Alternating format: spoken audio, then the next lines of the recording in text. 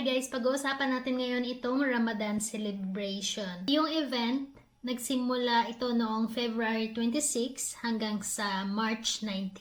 Paano maglaro? Meron siyang recharge rebate. So, kagaya sa last na event, may makukuha tayo kapag nag-recharge tayo. So, sa daily recharge, nakadepende din yung makukuha natin kung magkano yung na-recharge natin. So, dahil sa sinabi itong daily, ibig sabihin, magre-reset yan every midnight din. So, dapat kung meron tayong na-unlock dyan, i-claim natin. Madali lang naman, i-click lang po natin yung banner dyan sa ilalim ng camel. Meron siyang 4 stages. Una, itong top-up rebate. Ikalawa, itong the way of the culinary god. Pangatlo, itong gift wishing well. Hindi pa siya naka-highlight kasi sa March 9 pa yan magsisimula. Tapos, yung last, ito yung Hall of Fame. So, dito tayo sa top-up rebate. I-click natin yan, mapupunta tayo dito.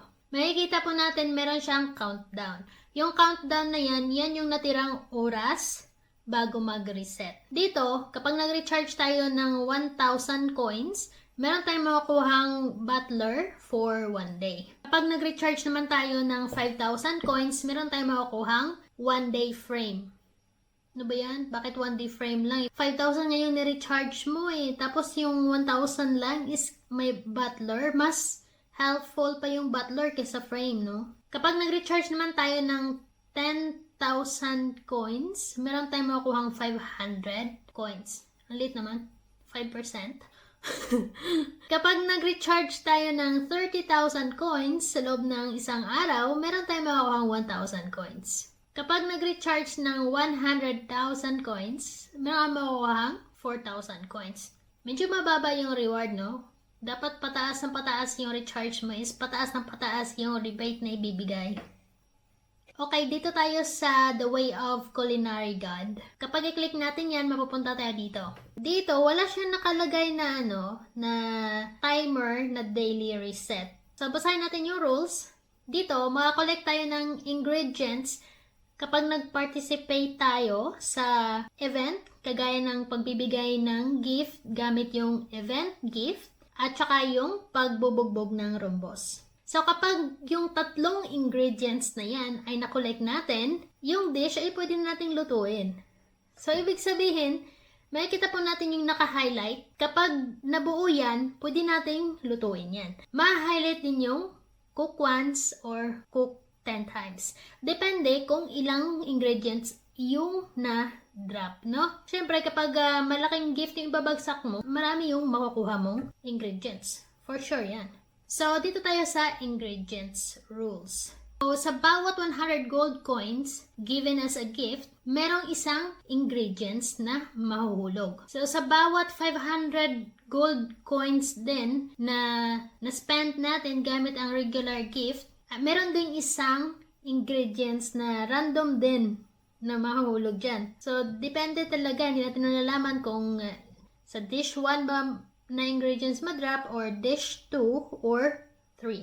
Sa pagbubugbog naman ng rhombos, isang ingredients din ang mahuhulog kapag umabot yung coin spent mo na 500. So, 500 is to 1. Sa gift naman, 100 is to 1. Sa regular gift, 500 is to 1. Dito naman sa gift sa wishing well, hindi pa natin siya mababasa kung ano, pero merong binaba na rules dito. Ito ay magsisimula sa March 9. Dito naman sa wishing well, spend gold to make a wish.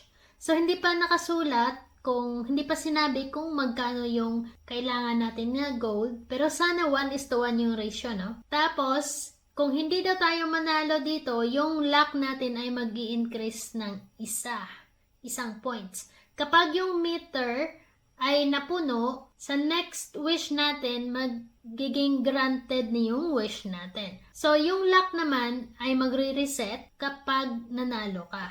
Luck resets after winning. Dito naman sa Hall of Fame, yung sa points, sa regular gift ay 1 point. Kapag gamit mo naman yung event gift, katumbas naman nun ay 5 points. 1 gold coins is 5 points. Sa leaderboard types naman, yung daily ranking niya is nagre-reset siya 12 midnight. Every 12 midnight. So, daily yan, magre-reset. Yung well-ranked total spending points during the entire event. So, simula kahapon hanggang sa March 19 yung bibilangin dyan. Charm rank naman yung total received points during the entire event. So, same siya sa whale rank. So, sa prizes, yung top users on each leaderboard ay makaka-receive ng grand prizes at the end. So, kung nag-top 1 ka siguro, kapag natapos na yung event, marireceive mo na yung prize nun. Kasi yung sabi, grand prize at the end. So, dito makikita natin yung daily, kung sino yung nanguna. Meron din sa kanan, yung overall ranking. Merong top contributors at saka yung charm list. Shout out kay Caption. Top 2, top 1 yun siya kagabi. Top 2 na siya ngayon. Hahabol yan. At si Cap top 5.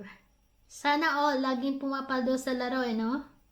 So yung kinukuha lang dito is yung top 50 sa charm list. Sa top contributors, 50 din. So, ayan, good luck po sa lahat ng mga sumali. Sana manalo ang lahat, no? Dahil sa lahat ng event, meron talagang nananalo ng malaki, meron ding bukya. Good luck po! You'll see us for our next video. Thank you for watching. Goodbye. Bye!